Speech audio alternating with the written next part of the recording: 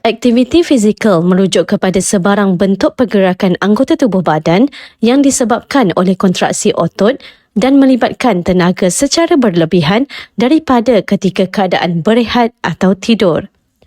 Ianya merangkumi aktiviti harian seperti mengemas, berjalan, berkebun dan aktiviti fizikal yang dirancang secara sistematik yang dilakukan secara berulang seperti senaman fizikal.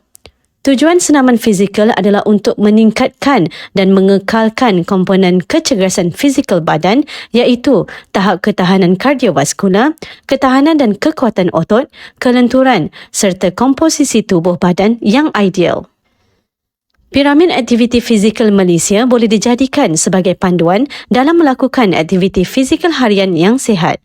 Piramid ini membahagikan aktiviti fizikal kepada 4 bahagian.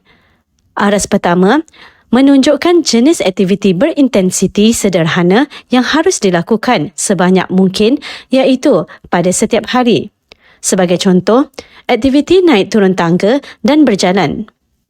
Aras kedua piramid menunjukkan jenis aktiviti berintensiti rendah hingga tinggi yang digalakkan untuk dilakukan sebanyak 5 hingga 6 kali seminggu.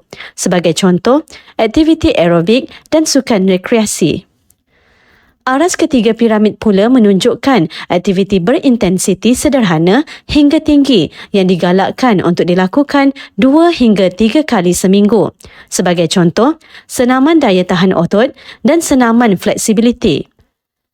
Aras keempat piramid adalah jenis aktiviti yang tidak aktif dan perlu dikurangkan. Sebagai contoh, aktiviti menonton televisyen dan bermain komputer. Sasaran masa untuk setiap senaman adalah sekurang-kurangnya 60 minit setiap hari sebagaimana yang disarankan oleh Pertubuhan Kesihatan Sedunia.